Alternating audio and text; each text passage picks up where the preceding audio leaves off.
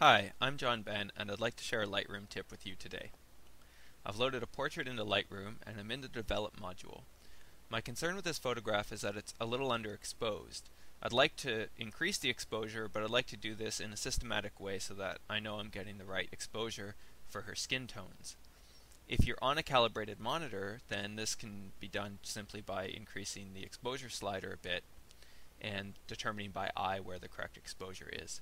If you're not on a calibrated monitor, or if you want to be assured that you're getting the correct exposure for the skin tones, then this technique can help you. So it's not clear from the histogram where her skin tones are falling. I know that since she has fairly light skin, that her skin tones ought to be falling around 75% line on the histogram. For a darker skinned model, that would be further to the left on the histogram. In order to determine where those skin tones are, you can use the crop tool. As you change the bounding box of the crop tool, you can see that the histogram changes to reflect just those pixels that are inside that bounding box. So I'll move that bounding box on top of the skin tone values, and there you can see that the skin tone values are predominantly red, and they're a little bit darker than that 75% benchmark, which I'm taking to be the correct exposure for her skin tones.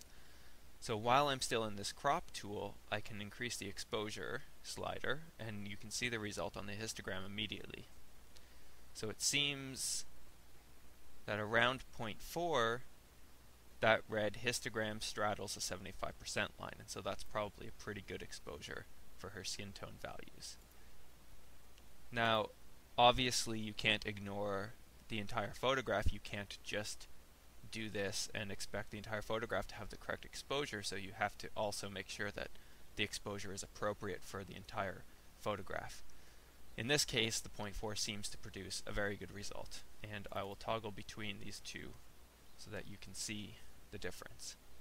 So this is the darker before, and this is the lighter after.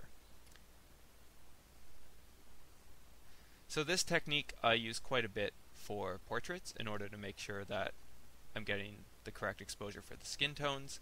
You can also use this technique in other situations.